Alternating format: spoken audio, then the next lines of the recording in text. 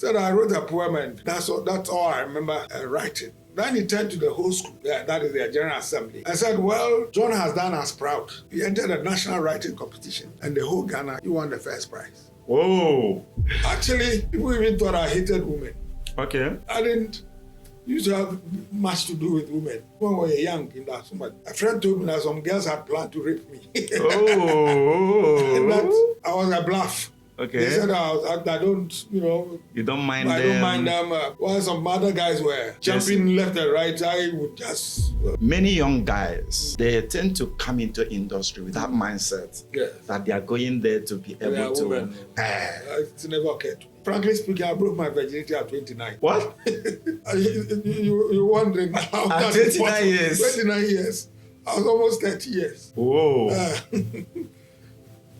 The receptionist gave me a suitcase. Then a lady said she should give it to me. I said, what lady? The woman said I should, when Uncle Abeiku comes, give it to him. There were no mobile phones. As of that. So she kept on calling the station until one day I was there and I was told that somebody wanted to talk to me on the phone. I went. She introduced herself. Said, I saved her life. Oh. I said, I saved your life for where? For where? Then she said, one day she had left. She was a trader. Okay. At Accra. She had left the shop, was going home to drink poison to take her life. But somehow she tuned in to my program, and it was exactly what she was going through, and that she had decided to go and commit suicide. But how we ended it made her stop. Wow.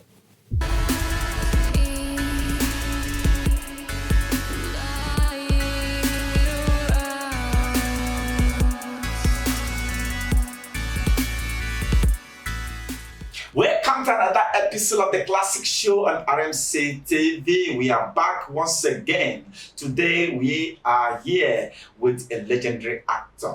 I remain your host, Mr. Ajah. Follow me as I take a deep journey with our legendary actor who is here with me in the studio. You're welcome, sir. Thank you very much. Thank you for honoring our invitation. Well, like I said, I'm so excited to have you on the Classic Show. Please, without much hesitation, can you please tell our lovely audience who you are? I would say the old folks, nobody will say he doesn't know you, but for the sake of Gen Zs, so kindly introduce yourself to our viewers out there. Well, thank you very much for having me. It's also a privilege to be invited by anybody, by media homes and media houses, to let the world know who I really am. My name is Abeiku Sagoe. Means I was born on Wednesday. Okay. Abeiku is another version of Kweku. Kweku. Okay. That's a French version of Kweku. Okay. Yes. I was born 1 week after Ghana's independence. Oh. Yeah. So, 1957. Yeah. So Ghana is older than me by 1 week. 1 week. Okay. Right. Well, my father was a civil servant, an accountant or auditor, and therefore the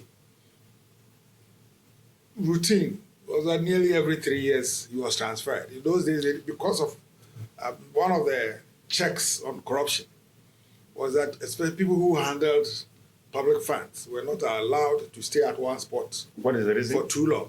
What is the reason? So that they don't have the opportunity of stealing and also becoming, getting stuck at one spot and therefore becoming a tin god and all those. So every 3 years you moved. Okay.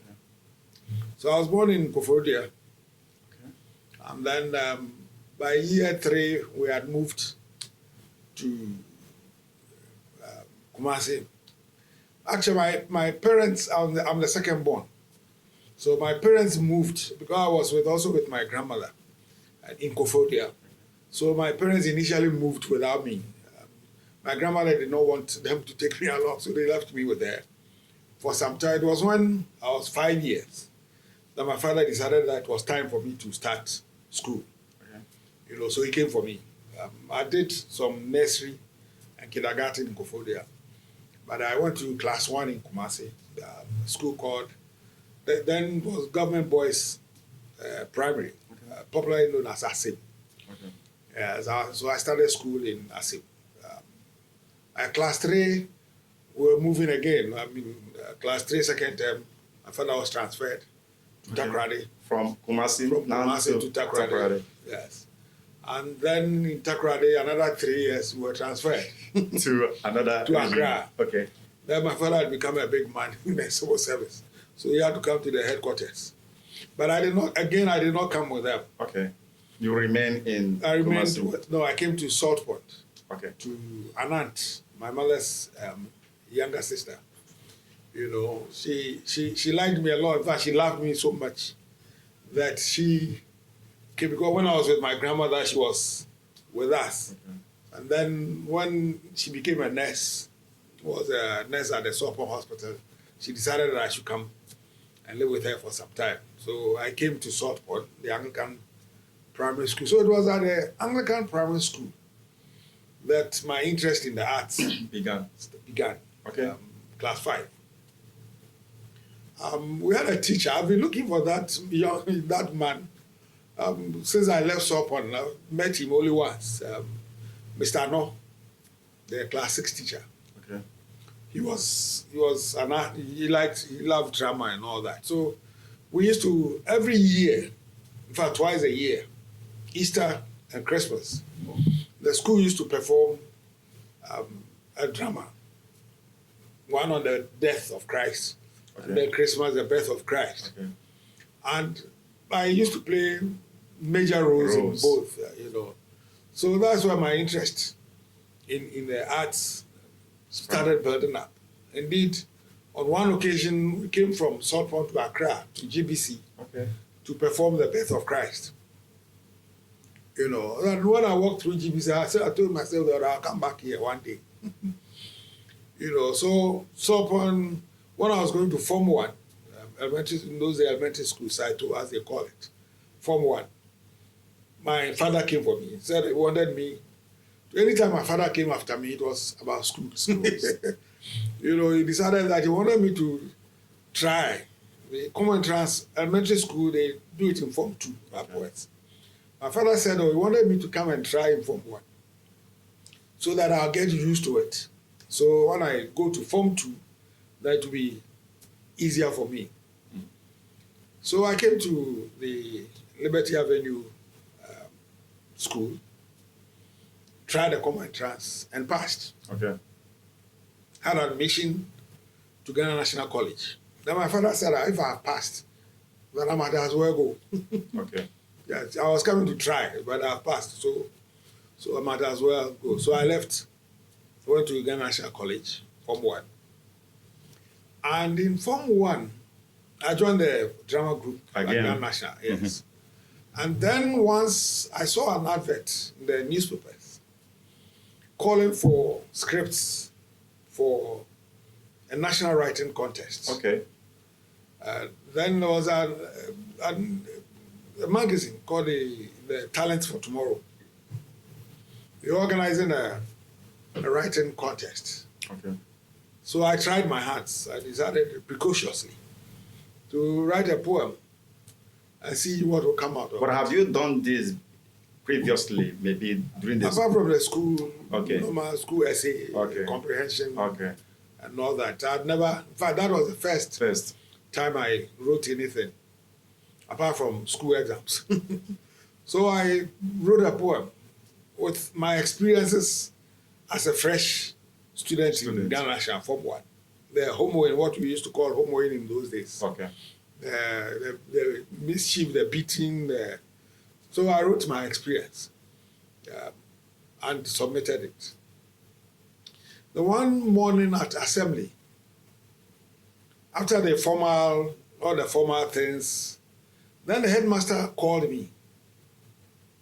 Said, Mr. J.J. Misakane, the late Misakane, he mentioned my name. He said, John Sagoe, that's my official name. Yeah. Said John Sagoe. I started shivering.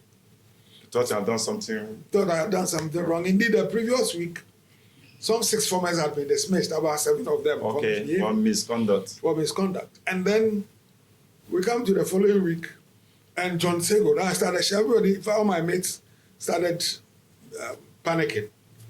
What could I have done? Done. So it was on the third, he actually called me 3 times before I responded. Then I raised my hand and said, come over here. Aye. So I climbed the stage where I stood beside him. Then he asked me if I had written anything. He said, have you written something? I said, that I have written some petition against the school or something. I said, initially, I said, no. That is, haven't you written anything and sent it somewhere? Mm-hmm. But I said, oh, yes. I wrote a poem. And all this is out of fear. Out of fear. Said I wrote a poem and that's all I remember writing. Then he turned to the whole school. Yeah, that is their General Assembly. I said, well, John has done us proud. Mm. He entered a national writing competition, and the whole Ghana, he won. He won the first prize. Whoa!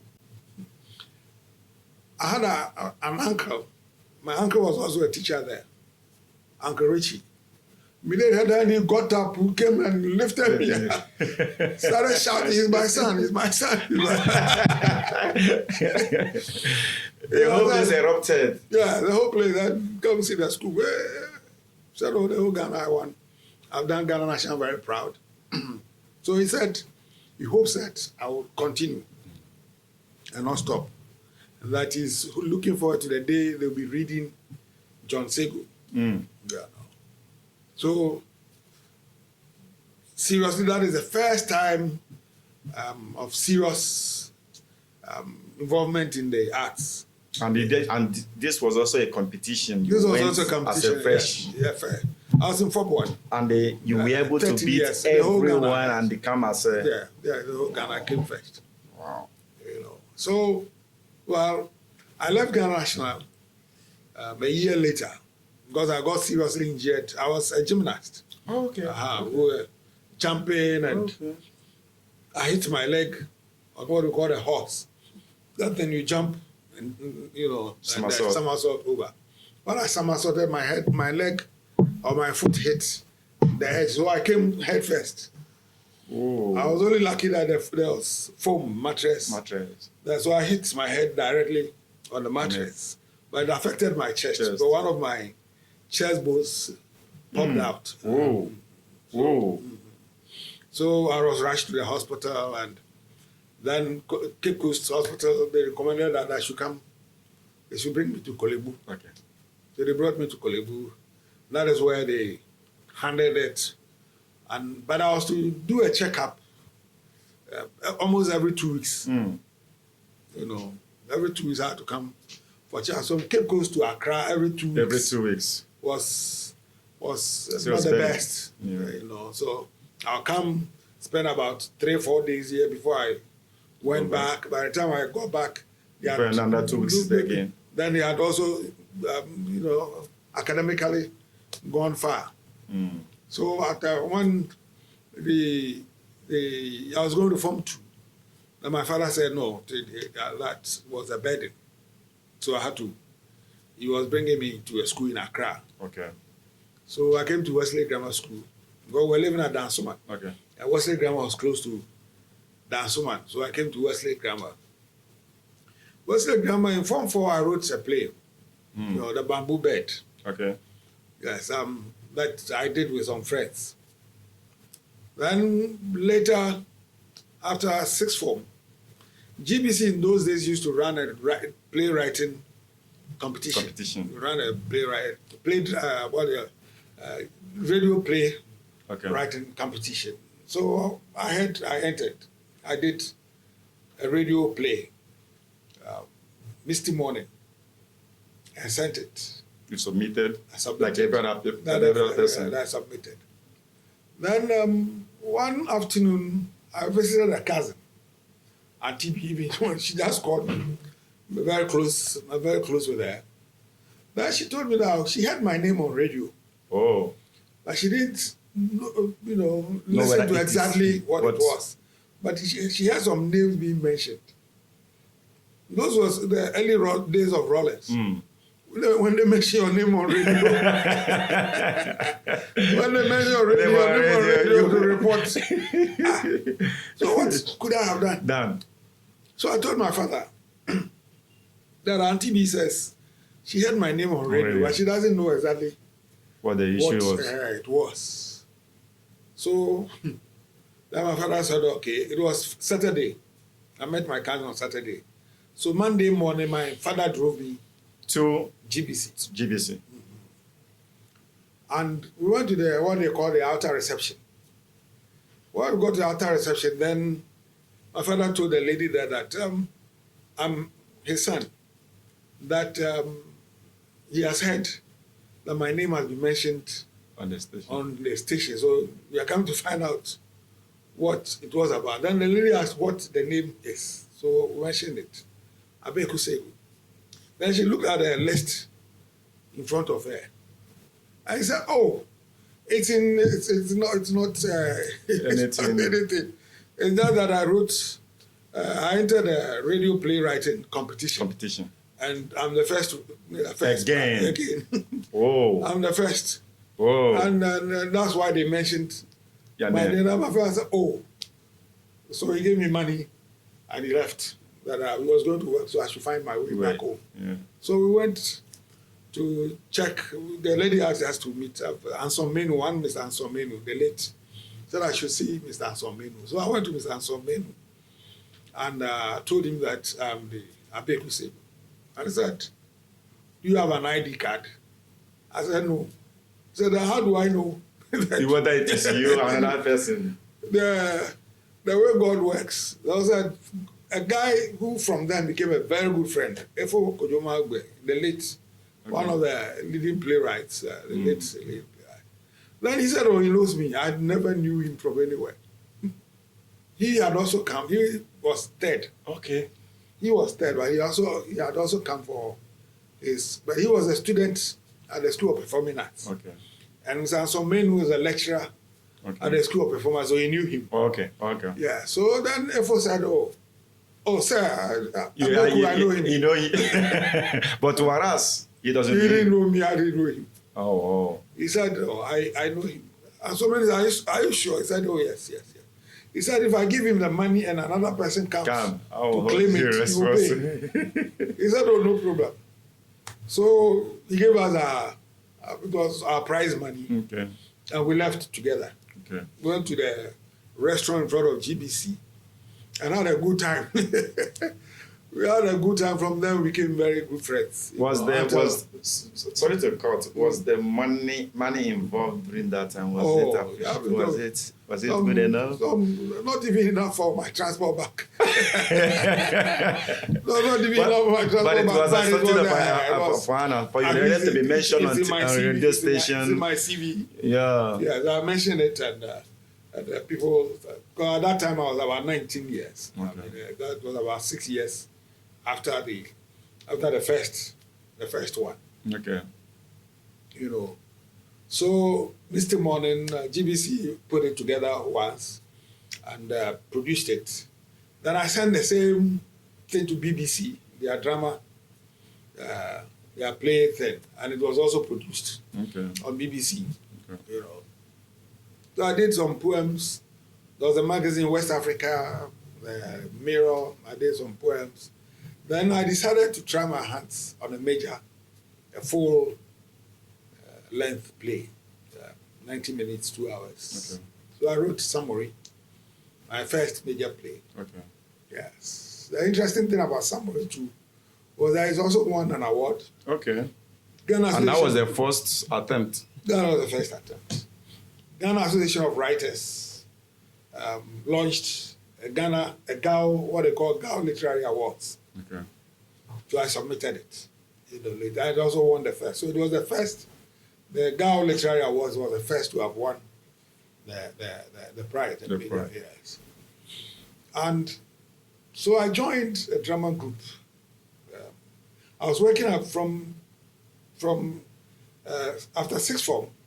I wanted to read law, but my father wanted me to read law because he said I was a talkative. I was a talkative and argumentative. Okay. You know?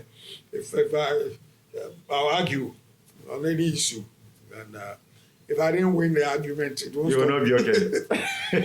So the aim was that I was going to go into law. Into law. But the first attempt they did, the aggregate 7. I got aggregate 9. So they didn't take me. Thank you.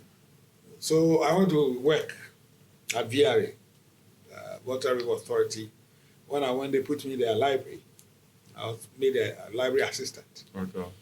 And the librarian, may he rest in peace, Mr. Wolf Kokri, so liked me, you know, because he said I was hardworking and intelligent and all that. So he wanted me to go into librarianship, you know. He wanted me to read librarianship. And so after 2 years, I went to University of Ghana to read information, what they call information management, you know, or librarianship, or library studies, whatever. Okay. Yeah, so I came back. After the course, I came back to VRA to work in the library as assistant librarian. But after the training, after becoming a professional librarian, I found the job boring. It was not in sync with my nature. Okay. I can't sit at one place for 4, 5, 8 hours a day, attending to people coming for books and doing the other library related jobs like titling, giving, sorting books out and all that. It looked too boring. And so I joined a drama group, Talent Theatre Company. And sometimes when we're going to act, when we're going to perform, they will advertise and do the starring. So one morning, those days, anytime we're traveling, I'll go and seek for some excuse. Okay. That I'm going to, either I was sick. From the workplace? From the workplace, either I was sick or... So one day my boss heard the advert. I'd already asked for advert, excuse. Then he heard on the radio, Talent Theatre Company, in a play entitled, blah, blah, blah, starring Abeiku, Sagoe.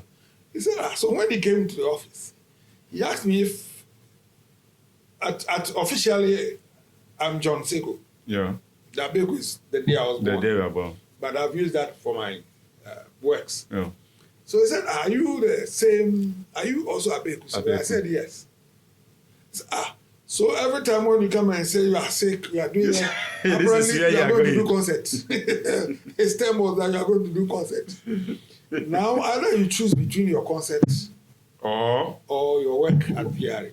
The following day, I attended my resignation. Whoa. He was shocked. He said, why? He was joking. I said, oh, I've already written it. Yeah. So I left VRA to fully engage in the arts. And then in 1988, Ghana was going to participate in the World Festival of Youth and Students in Korea. Okay. And they were looking for a script. Okay. A script with Pan-African, background for the group to go and perform in Korea. So I wrote Break of a New Dawn. Okay. And submitted, and it was picked. Oh. So it was picked. That is what they used. The group went to perform in Korea, and they picked the gold medal. Oh. That movement, did it bring any... Oh, those was Rolling Days. Everything you did as a patriot. Okay. So the reward was that I went with them. Oh, okay. So I joined. Okay. I was made to join the group. Okay. And I actually even performed. I played the role of the governor. Okay. In it. And we went to North Korea. We won the gold medal. Okay. Yes. And then we came and they gave us some half-piece cloth or something. That was it.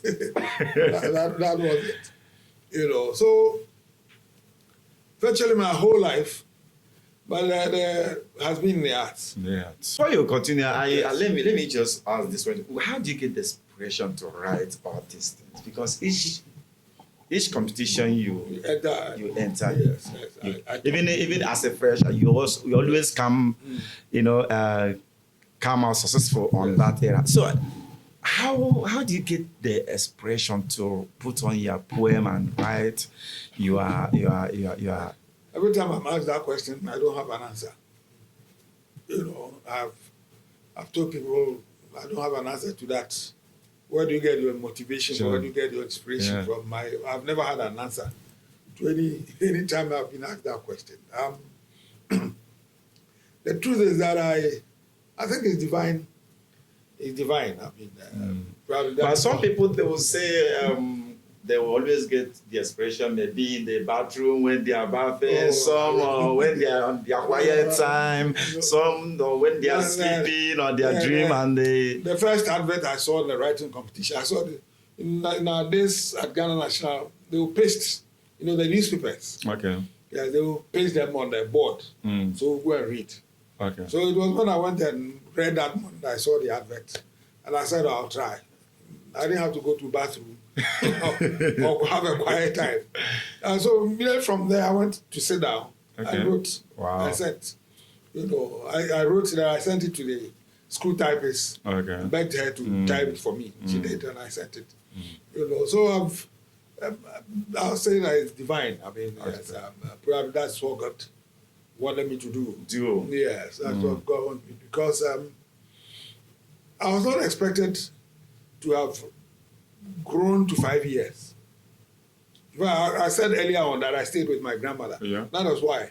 You were not expected to... I was not healthy at all. Oh, okay. In those early days. So people are surprised. Some of my relatives are surprised that I'm heading towards 70. Oh. Because I was a very sickly person. Today I've blacked out. I'll be rushed to the hospital. By the time they are bringing me home, I'll black out again and go back. Serious? And that is why my grandmother took me, because my mother was a young woman then. She didn't have any much experience. I was the second born. Didn't have much experience with handling. So my grandmother picked me. And actually she made sure that I survived. And indeed, on my 5th birthday, the aunt with whom the one I said I went and lived with in Sopon for some time. Yeah. At that time she was not a nurse. She was then entering the nursing. She was working in the hospital. On my 5th birthday, she used all her salary to throw a party for me. Oh, because nobody expected that I'll live for that long. For that long. No, But she threw a birthday party for me. And we were so happy. Wow. Everybody was so happy that I was 5 years. But it looks like the family, there is a love in the family, because most often we hear that my uncle is a wicked uncle, my auntie is a wicked uncle, and at church one day, they preached Dr. Clara, the very reverend, asked anybody who thought that there was no witch in their family to raise their hand. Okay. Then I raised my hand and said, actually, she called me Abeiku. Abeiku, there's no witch in your family. I said, I haven't seen one. I haven't seen any witch in my family yet. I see. Well, that's a good one to know that you people have a very, there's a love among the family. My grandmother kept her children together very, very well. So it's sit down. Wow. Sit down. Wow. So moving forward, you're gradually leaving the work, moving into theater art, if I'm correct, yes. Because it seems like you are more of a theater art than performing art, like movie. Like in those days, filming was very rare. Okay. Kenampao. Just a few.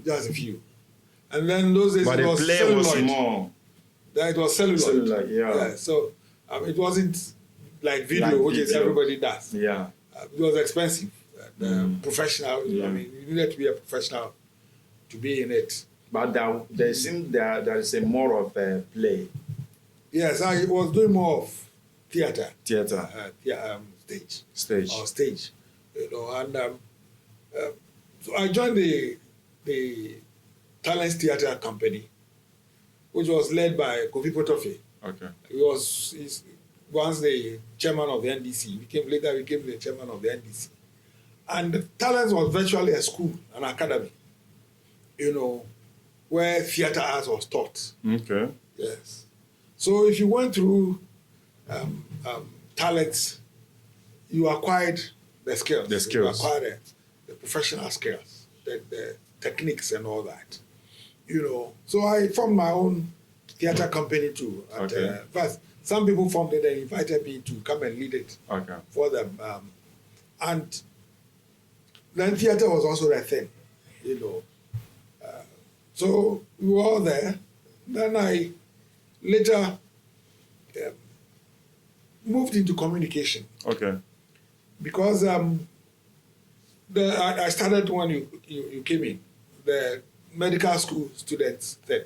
Mm-hmm. Yes.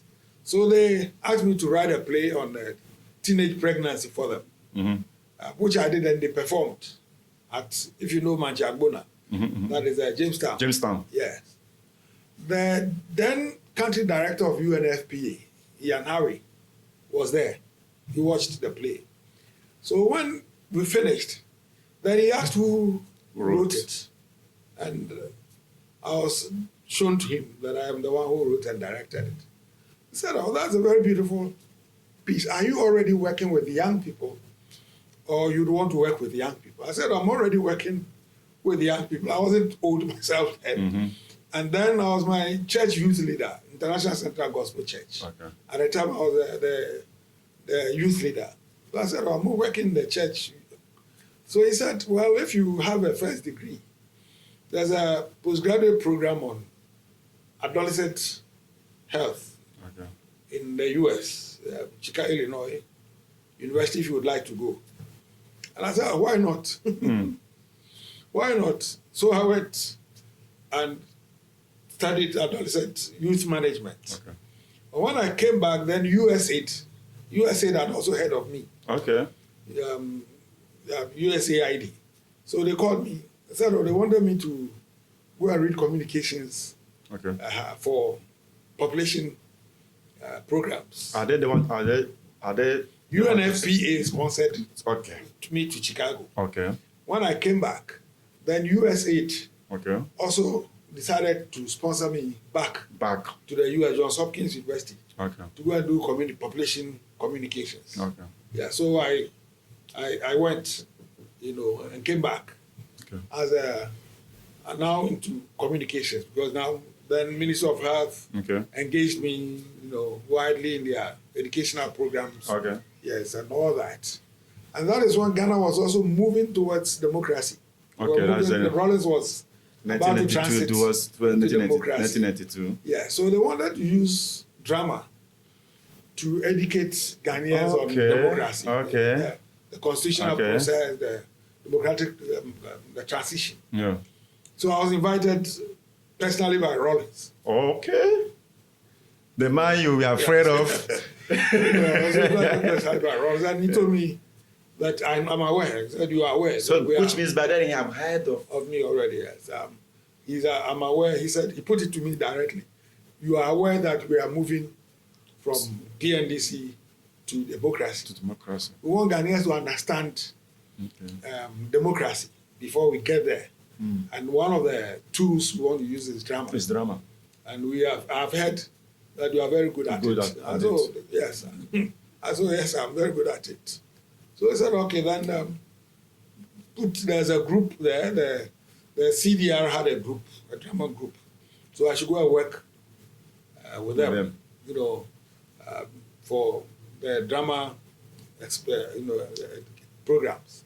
So I went there. So I wrote scripts, directed. We went around the whole country, educating Ghanaians on democracy, the democratic. So I was one of the first people to have had a draft of the 1992 Constitution. They said I should study it. Okay. You know. So it was typed, it was stenciled, those days stencil. It was a stenciled copy. So I went into it, and then the film thing was also now coming.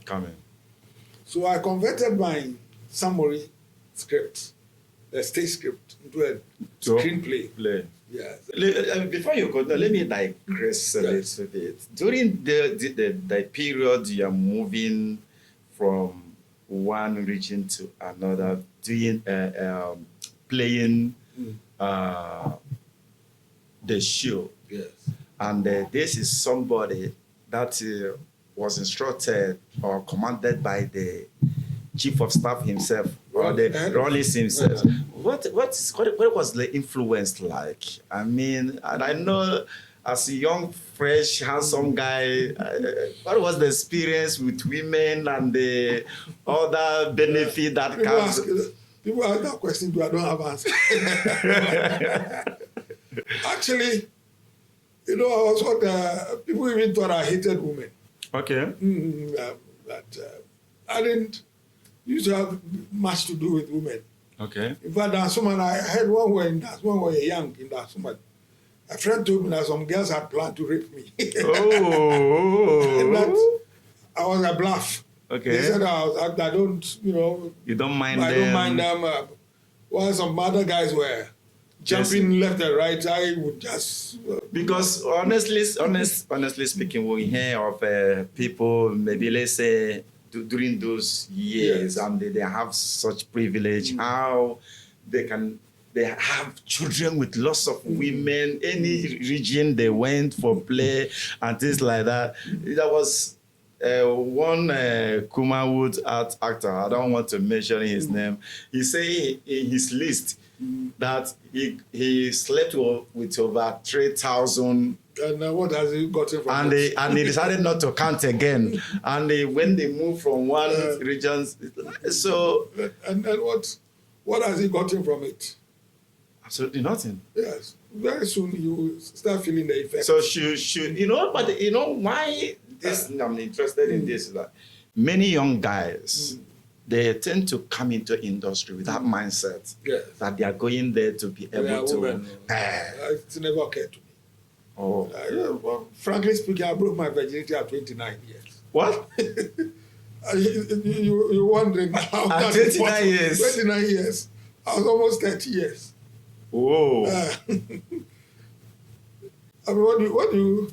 I've never fancied... My Sam, what's she do? 29 years. 29. And it was not as if I was poor. I was working at VIA. Your father is okay. My salary was... And you also working. Yes. I was also doing my drama, and they say that there are 3 things a man needs to have all the women flocking.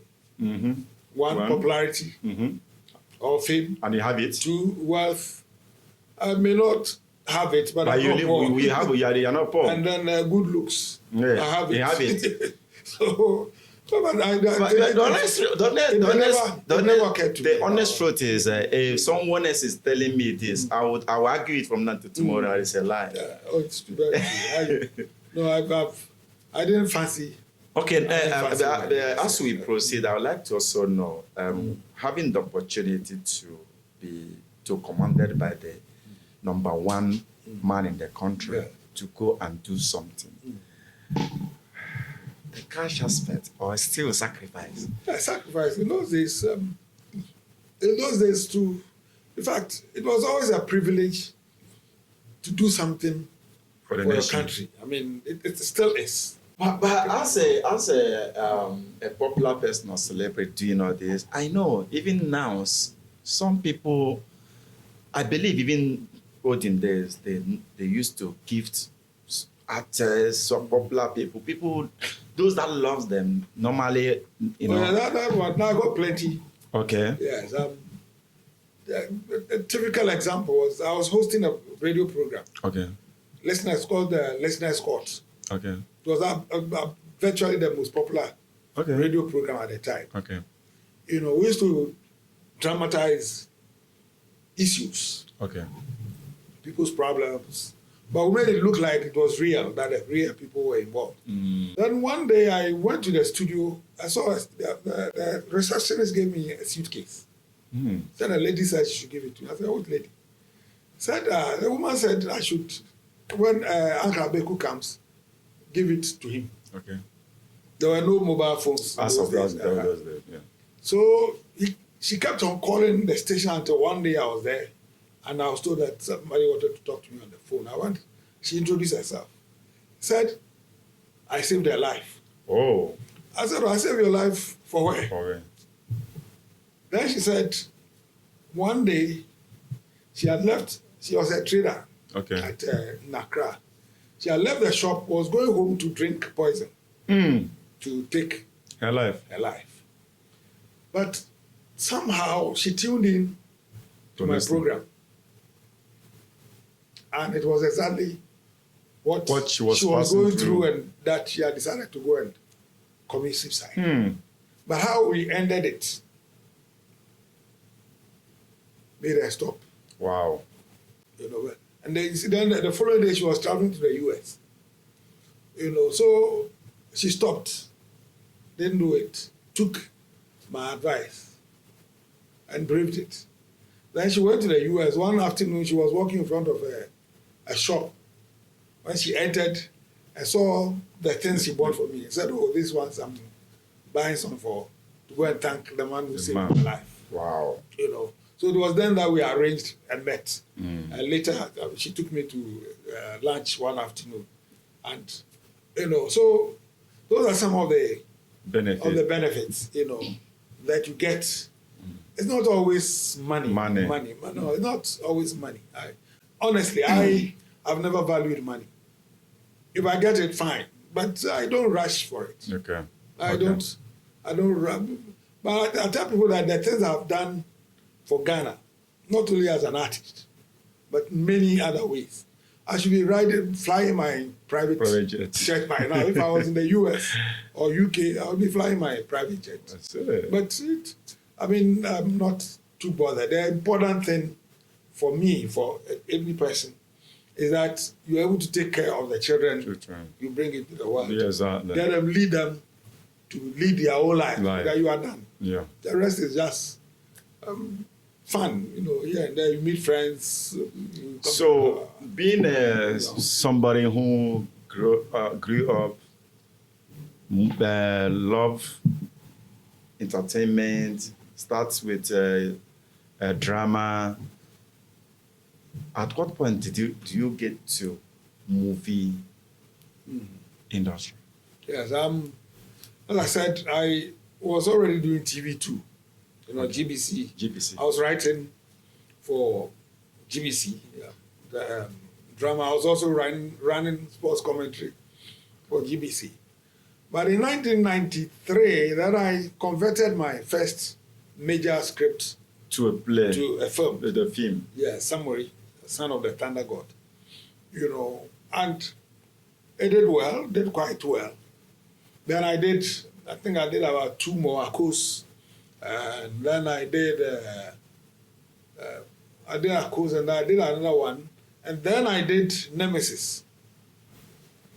When I finished with Nemesis, then I submitted it for the New York International Film Festival. Okay. Yes, and it was officially exhibited. This was around 90s. This was 2004. Okay.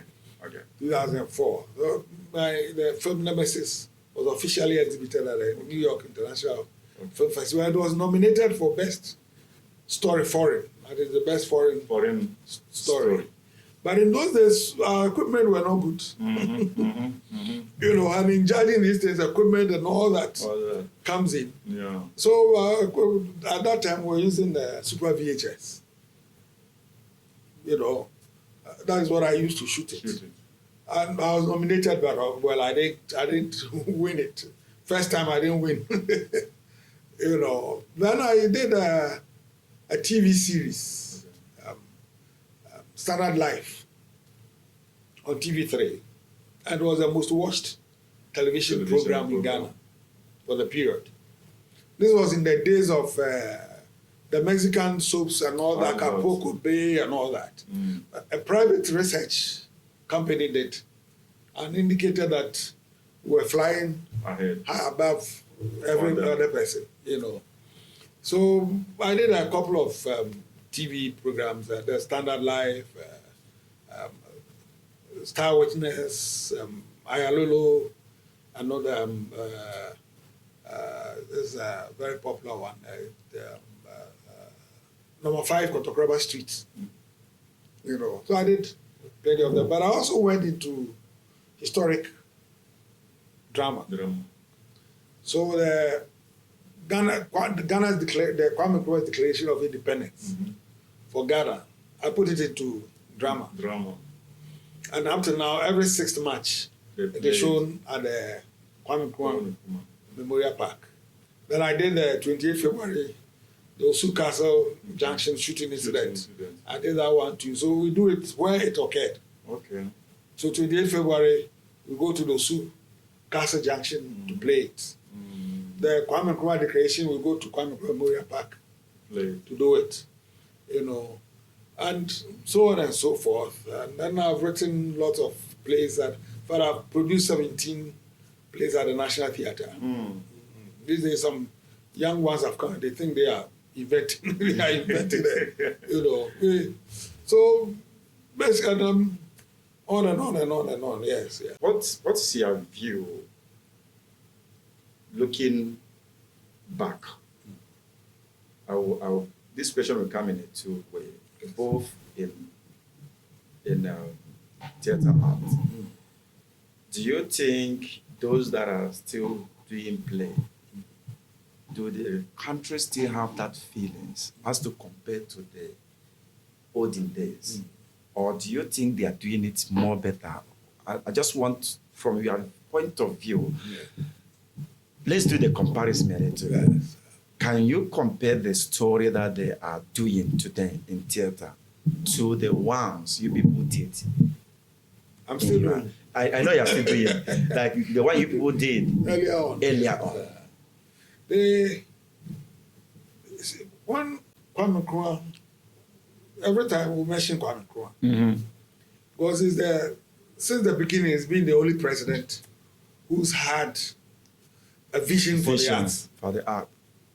You know, who's had a vision for the arts, that the art must be used for something, must be used to propagate Pan-Africanism, African unity, develop our sense, our consciousness, you know, make us see ourselves as human beings. And one of the tools he employed was the theater. They brought in, so he established the Ghana Film Industry Corporation, which did I Told You So and all those. And then he personally had a drama group at the presidency, where he would sometimes go and sit with them to rehearse, to analyze the scripts they were going to do, and you make his suggestions and all that. You know, so he had a vision for the arts. But have you written any of his any play of him? Oh yes, I did one, The President's Wife. That one I focused on Fatia, his wife. Okay. And how she felt as a foreigner. Okay. Married to the president of Ghana. Okay. Who also didn't have time for her. That was the story? Yes. I mean, Nkrumah was looking at bigger things than family. Wife. Than wife and children. Family. You know. So it could have been painful. So I imagined, I put myself in her shoes. How would she feel? Because she was surrounded by strangers. The husband. And she also doesn't, and she didn't. She came from Egypt. And she doesn't hear English as well, if I'm not mistaken. Later she said, but so put myself in her shoes. So that was my first about Kwame Nkrumah. But the Ghana at 50 years, my play was a play that was used to celebrate Ghana at 50. The Meeting. The title is The Meeting. And that was about Kwame Nkrumah. You know, it was about Kwame Nkrumah and J.B. Dankwa meeting somewhere in the ethereal world and looking back at Ghana Is this The Ghana what we fought for? envisioned? Is this what we fought ourselves? We eventually killed one another for. Is this what it is? And then I think then again, Ghana National College, their story, the founding of Ghana National College. As I said, that's why I started my second cycle education. So I did the establishment of Ghana National College, which was established by Kwame Nkrumah directly. So I done the Declaration of Independence. Yes, which I also did. So every time I've done a couple of things about him, and he had an interest, as I said, he had an interest in the arts, not only arts, football, sports. He had a vision for everything. Back to the question I was trying to ask. So those days and now. Yes. Thanks for redirecting. Yeah. Yes. So I was trying to use this example to show what used to happen. Yeah. Yes. And so for the arts, yes, there was an inspirational leadership and all that. So you had people like Efo Sutherland and Amatedu, and all those great writers of who wrote scripts, stories to orient the African mind. Nigeria, we had things fall apart. Chinua Achebe, we had Ngugi, Wathiongo, and all of them, were writing stories that made sense. But do we still see such a story now? Those days are somehow gone. I mean, people now write anything. If they can insult for people to think it's a joke, they will insult, and people take it for a joke. So in terms of quality of stories, it was better. Before. It was far better then. So those, even the young ones who are doing theater are going back to pick the George Quays and Fifi. They are picking those scripts. They are picking those scripts. So let me also. I'm one of the last ones writing sensible scripts. But what is stopping our youth from learning the oldies? What is it? Times have also changed. So what used to be these days, look at what is happening in South Africa. I mean, xenophobia. Then, in those times have changed. The majority of young people today, Gen Zs, and even the generation before Gen Zs, what they call them? Millennials. Many of them do not know the African stories. So who are to be blamed? Teachers, systems? Not teachers, adults, elders, the Ghana Education Service.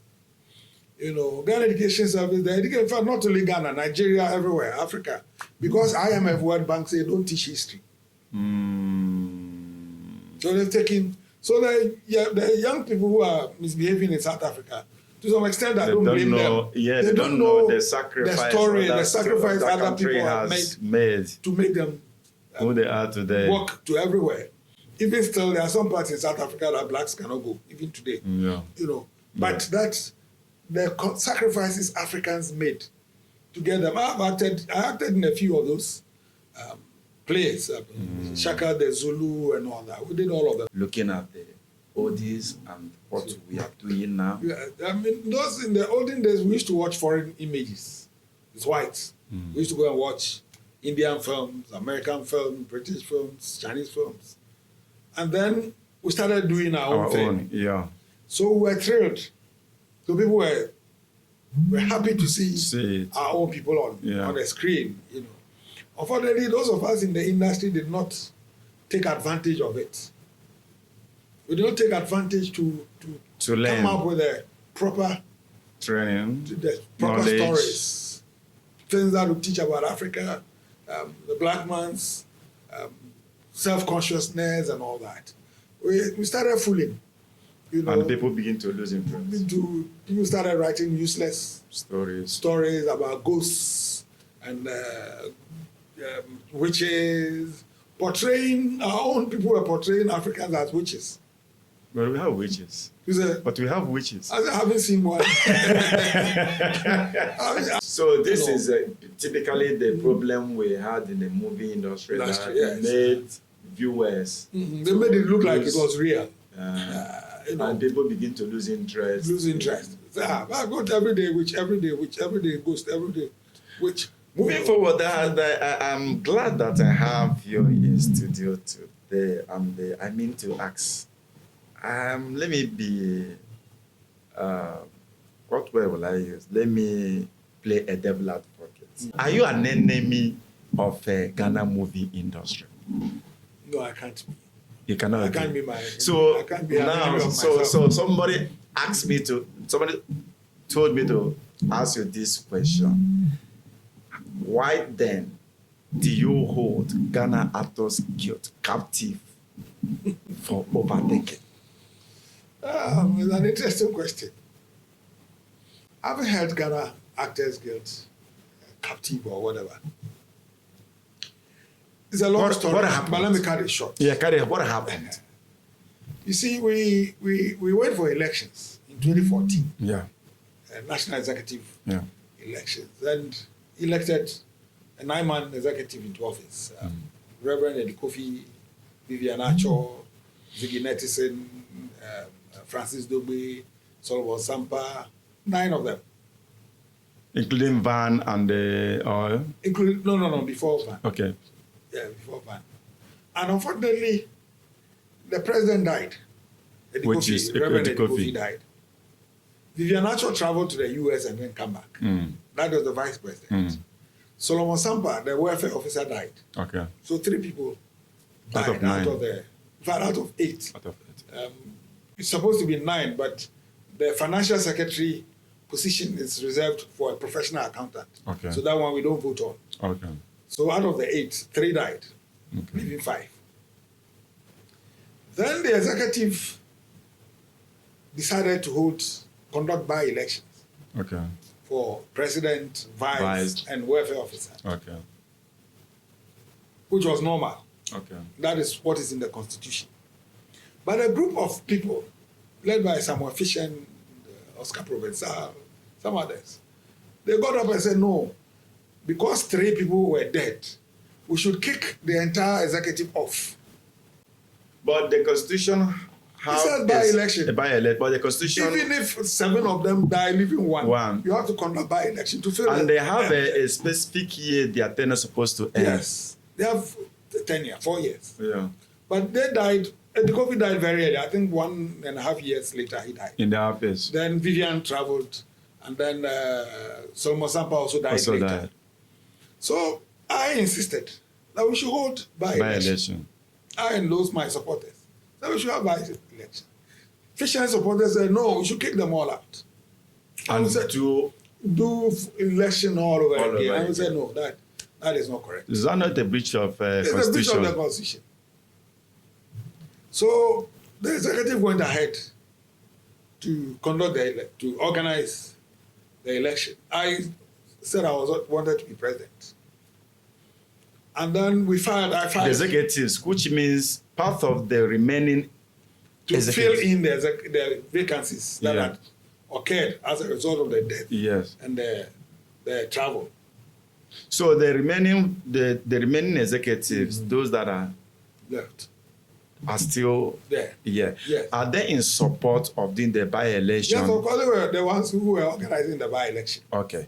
But Fisher and his team are saying no. We should sack all of them and they do. We initially set up an IMC, Interim Management Committee, for them to come and organize full election. And I said, no, you can't do that. It's not done. Yeah. So the executive went ahead. I filed to contest for president. Samuel Fisher himself also filed to contest for president. Okay. So the 2 of us. Okay. But we were to go for betting. Okay. You file, there you go, you pay, then you go for betting. So I paid the filing fee of 1,000 cedis. And then they invited us. How much? 1,000 cedis at the time. Okay. They invited us for interview. For Betting. So I went. Fisher did not turn up. Okay. In fact, he did not even pay the filing fee. Okay. So I was the only one who qualified to contest. Okay. So they went ahead to organize it. On the day they were going to introduce the candidates to the meeting, general meeting, they called everybody so that the candidates would be introduced. The official and his people came and disrupted the meeting. Came, knocked chairs around, so we closed. But the executive insisted that they were going to Do the hold the by-election. election on the Saturday. On the Saturday, we went to Musical Hall then for the election. They came this Again. time with arms, Whoa. cudgels and knives and all. So somebody rushed to the ministry's police station to report. And they came and said we should stop it. So we stopped.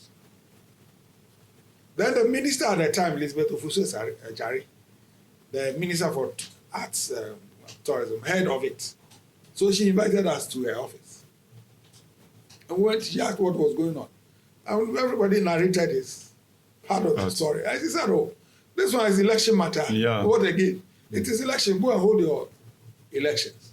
According to the Constitution. According to the Constitution. So she put together a committee of William Addo, the late, died recently, a Kwawansa, the filmmaker, Okay. and there was a third person, there were three, to organize, Akunudake, to organize the elections. So we went through the process. And then the committee decided that in view of the problems that had come up, the tenure of the existing executive was going to be truncated. We were going to hold elections to elect 3 people to join them, but that their tenure will be 1 year. Okay, remain 1 year for their 1 year. Okay. Then after the 1 year, we do The full executive congress executives, and then yes. elections. So we went for these elections, the interim election, and Fission won to become the president. Okay. And Van Vicker, that is when Van Vicker became the vice president. And then Kasum Sinari became the welfare officer. But they had 1 year To end the tenure. Then they can do a general election again. Yeah. So you gave them the 1 year, you gave them plenty money. Personally, I contributed. At that time, I had some good money, so I even contributed about 20,000 or so for them to, let's go. Then 1 year come, they were given 4 key assignments. Okay. 1, to draw up a new constitution for the guild. They rebrand the guild. Okay. Call a conference. And then call a congress for the election. 3, 4 things. Yeah. The whole 1 year, they didn't do any of Any them. of them. None of the 4. Then the 27th April 2019, when the tenure was to expire, there was no election. So they went on and on and on. So at one time, said, you people, you should have held the election long ago. You are still, what are you still hanging on for? Conduct the election. Yeah. They said they wouldn't. Or they would do it in their own time. Which means the other 5 people have already exceeded Their tenure. their tenure. All of them, but all of them had exceeded. Because you only came to replace the one who passed away. And you say you won't conduct. Then we put pressure, other one, suddenly they said, okay, they are going to conduct the elections. We say, fine. So let's... It's like what happened in 2012. Male died. Yes, 2014. 2014, right? Male died. Died. Mahama took over. And then 2016, Mahama said, I will hold the election. Because the constitution says that that 2 years, once it's erupted, they have to conduct elections. For new, fresh. Yeah. They said they won't. So that was the... So they went on and on and on and on and on and on. So then they said they were going to hold it, getting to the end of the year. But that one, we were calling for elections. So we didn't have problem with calling elections. But what they said was that they were going to decide who was going to contest. As in how? The President Fisher alone was going to contest for president. Nobody should contest him. Who does that? Then they said there was a lady, Lochu. Lochu was going to contest as vice president. Nobody will contest her. Somebody was going to contest as secretary. Nobody will contest her. I said, no, this one there, it's not possible. I mean, if you are going to hold election, it's late, but let's do it. Yeah. But this nonsense that you are introducing would not It agree. doesn't work that way. So we reported to Professor C. Sutherland. There's what we call the culture forum. Professor C. Sutherland is a coordinator. We reported to her to call them to order. So they invited us all for a meeting. So they want unopposed. They were going, all of them were going Unopposed. unopposed. Whereas people want to. I knew Van Contest for Vika the wanted to president. contest for president. Abeiku wanted to Okay. contest for president. Bela Samoa wanted to contest for president. All of them. I had said that I was going to do just the 1 year. 1 year. I put the thing, the guild in order. Okay. But there was no order. That was the Very initial plan. that all ignorant people blah, blah, had handled their guild for all this while. But me, I've been a senior officer in the public service before. I have experience in management. So I'm coming to reorganize the guild for 1 year, yeah. and then I will not contest again. That was my intention. But Fisher won. I went ahead and didn't do anything. I even told him that, look, all the things we were campaigning, I was saying I'll do this, I'll do. So if you have one, do them. Nobody can stop you from doing them. But you won't do them. You were just chopping the money left and right. We left them almost 400,000 cedis. The account of the guild had never been that rich. The guild had never been that. I personally wrote a proposal for sponsorship for a program, Busak. They gave us 140,000. So this money, is it still? It's still not there. All is gone. We went to court. The judge asked him what he did with the money. He couldn't answer. You know. So I said that if this is what you are going to do, we'll stop it. We must hold proper election. They insisted. Then they put up notice of election. So the Thursday evening, they warned them.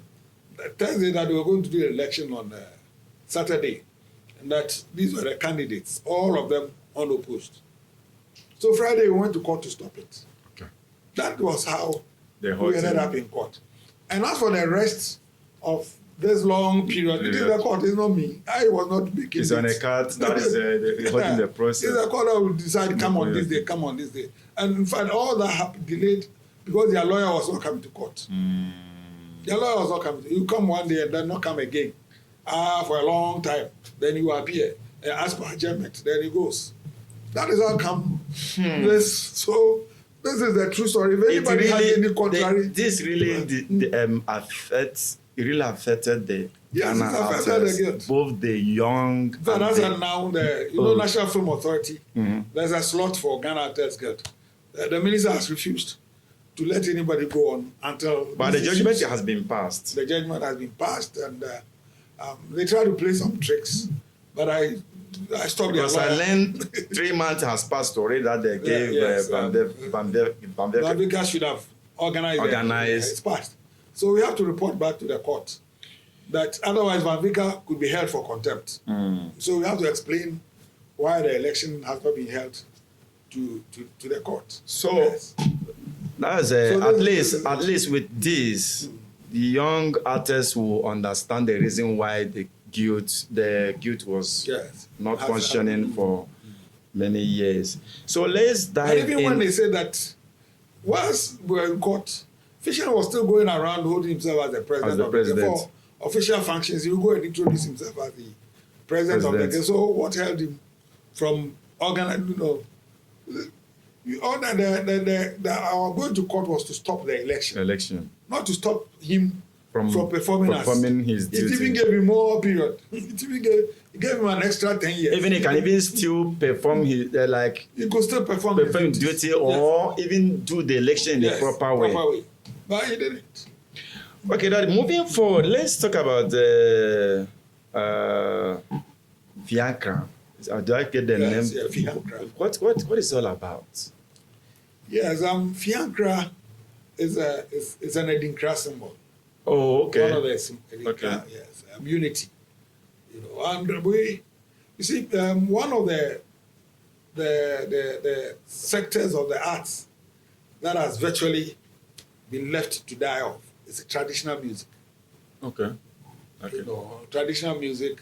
If we talk about tradition, probably somebody has modernized some thing and made it into modern music, like juju. Now most of these Afro songs from Nigeria, Juju music. Yes. And Ghanaians too, sometimes they will modify Adwa into something and call it something else. But traditional music itself has been left without direction, without guidance. And I thought that it ought to be revived because that is the root of all music in the world. Recently, I read that even American country music is originally African traditional music. Okay. You know, so we let them. So I thought, no, let's do something about traditional music. So what are the plans? To do Okay. a festival Okay. of African traditional music annually. Okay. Yes, and we'll do it outside of Accra. Everything is in Accra, so we'll take it to Koforidua, Okay. the Eastern Regional Capital. Nothing happens there. Okay. So give them this festival. Okay. So last year we tried. Okay. It didn't work out because of funding Okay.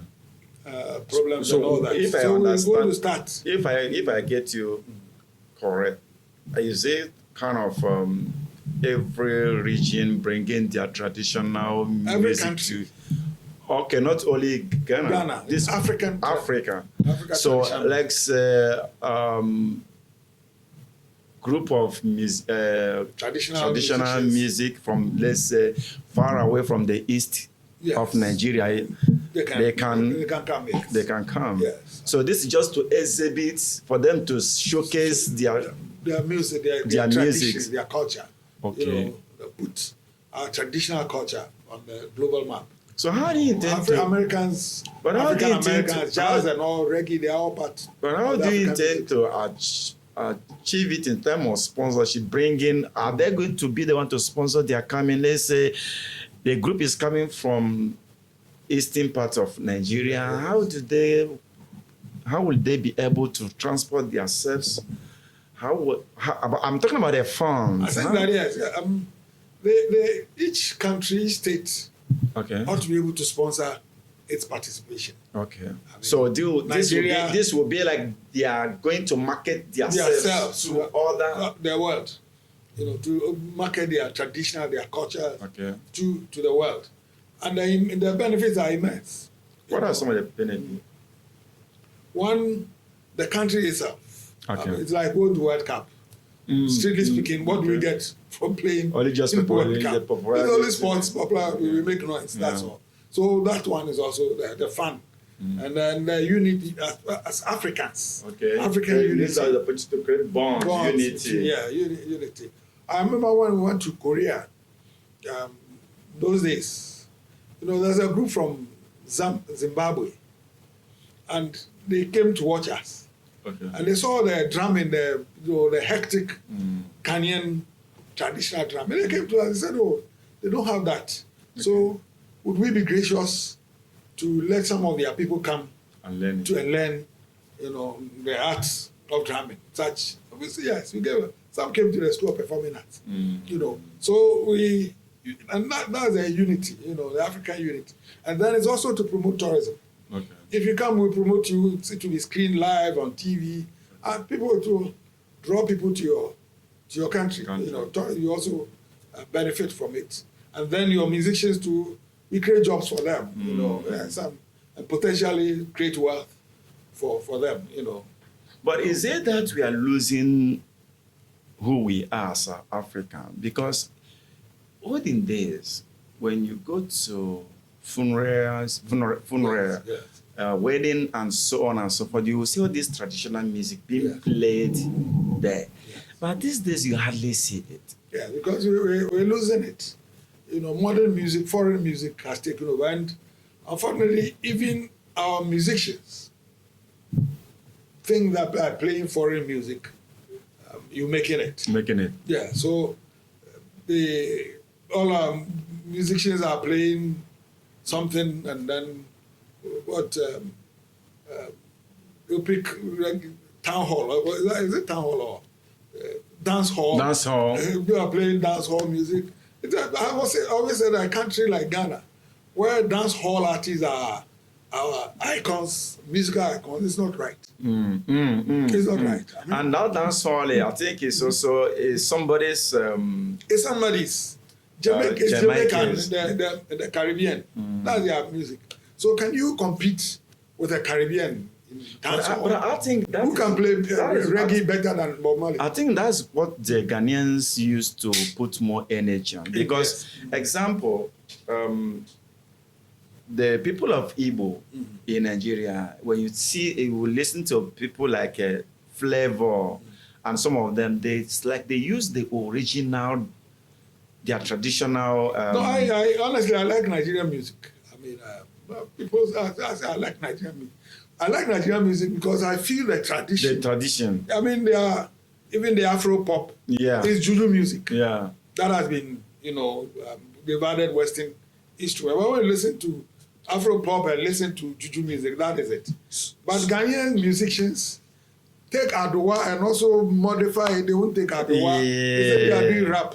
Oh, I don't know what it is. And if you want to rap in slants, and there's some funny, you know what I mean? That's a funny story. So sometime ago, Buju Banton came to Ghana. We were then at Vibe FM. And the leading reggae program was on Vibe FM, which we call the Taxi Gang. Okay. And Buju Banton, so naturally the promoters brought him to Vibe for interview with the host, Santino, who was speaking some patois on every day, And then Buju Banton came. So he asked, his first question, he spoke in patois. And then Buju Banton answered in patois. Then our host said, pardon? Because he couldn't understand. He didn't understand what Buju Banton was. So we bested. We said, my friend Santino, speak Ghana English. Speak Ghana English. And stop this patois thing. And that is what now every young Ghanaian musician says he's doing. He's doing dancehall. He wants to speak. That nobody understands. Nobody understands. Even the people you are doing it to impress, they don't even understand the value. So do your own thing. So going forward, sir, are the dates for this event scheduled, and how is the response like from? Well, last year when we threw out a call, it was the Brazilian embassy that responded. Okay. We didn't have much response, and so we were compelled to say, let's be honest with ourselves and shift it to next year.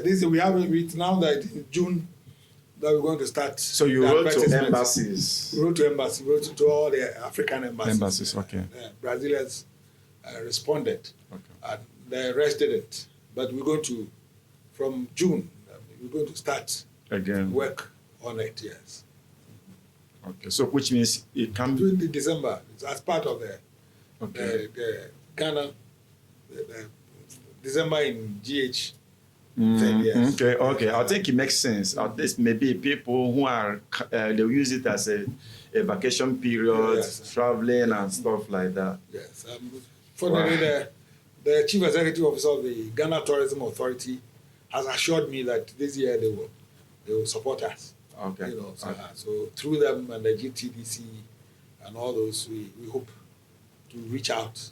So sometimes these things, when you're doing that privately, it's a little difficult. Mm-hmm. But when you have government coming in, it makes it more easier. Yes. Mm-hmm.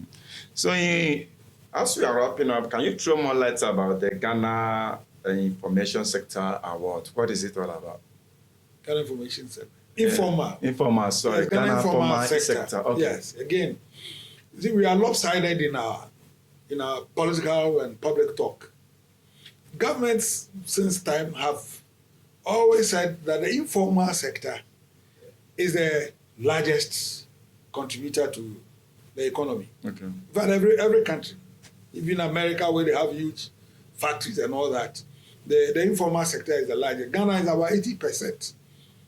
The informal sector is about 80% of the economy. Hundreds of thousands of young men and women enter. And then we want to encourage people to do small businesses and all that. But at the end, it's like after the talk, there's no recognition. No recognition, okay. So I thought that we honor teachers. There's a Teachers' Day, there's a Farmers' Day, there's a this day, there's that day. Although the informal sector, which is 80% of the economy, can run without any recognition. Any recognition. So we want to introduce an awards. So this is scheme. the So this even is the best tomato seller. this is the this is the first time. This is the first time it's going to be done. I asked from the ministry, and they said, "Oh, there's nothing like that." So I said, "Okay, then we are coming in. We want to, recognize the banks that support small scale businesses. People who do then the small scale tomato seller, the rice seller, the cloth seller, the Obroniwewe seller, who are all contributing to the economy." So how do you intend to achieve this? Well, we'll do it just like we use the farmers award formula. Okay. Yes, the district, the region, and then the national. We'll get them to vote, do their own nominations. Okay. If you think you are the best tomato seller, they will nominate you as the best seller. Tell us why tomato best seller. This one best seller. There will people will then nominate at the end. Yes, at the end. And why do you think you are the best? Your customer service. Sometimes you see people selling here and 2 KK sellers. You see a long queue in front of one, then the other one sitting there, nobody's minding. Then you say, "Oh, this is juju." Yeah. When you go there, this guy is smiling with everybody. His laugh is cracking jokes. And they are frying your face. And then you are every little thing he saw the person. So give me a little more pepper and get away. But this one, give me a little pepper. You add. You smile. I mean, like that. So your customer service, your turnover, and all that, so that we also help them to now begin. If I want to win, then I must do things the right way. The right way. I don't have to put the plantain on the ground in the mud when it's raining, and then you take it and give it to a customer. So they will do, and then we will also help with organizing workshops and client service and all that for them, so that we raise. It's also about health. It's also health. It has wide implications. And then we'll do the award. I discussed it with some That's a good traders, initiative. and they think it's good. Discuss with the ministry. As we are talking about it now, it's part of the publication. Yes. So it's all about information going out, Yes. and them getting to understand what it is all about. Yeah. Wow, it was a very insightful moment with you, sir. So, do you have any other thing you would like to share to our viewers as we wrap up the discussion? Well, I think that my whole hope has been that, or one of my big visions has been that the creative industry should be used for what it should be used for. Okay. Job creation, promotion of our Nation. culture, our humanity, to enlighten the African, to get the African to, first of all, admit that he's also human, so that he can insist to others that he's human and ought to be treated like a human being. The history of the world has been such that Africans have been pushed to the background. And some of us who have had interactions with white people, both in the classroom and at workplaces, have realized that the white man is not superior to the black man in any way. Not at all. Not because of the accident of history. But so, for me, it's to enlighten our people. I'm an ardent Nkrumahist. I believe in everything Nkrumah did. I believe in everything Nkrumah did. And so, like Nkrumah, use my talent and my skills to get a black man to prove to the world that he's capable of managing his own affairs. Okay. Yes. Wow. It's awesome having you. And I believe we can do this again some other time to throw more light as both on the event that will be taking place and the award and the event, and also to share some other life experience to our lovely audience. This is where we draw the curtain, and please, like I always said, this show is made for you and you, our lovely viewers out there. If you have not subscribed to our channel, please do subscribe and click the notification button, and also share this video and make it go viral. I remain your host, Mr. Ajah. Thank you. Shalom.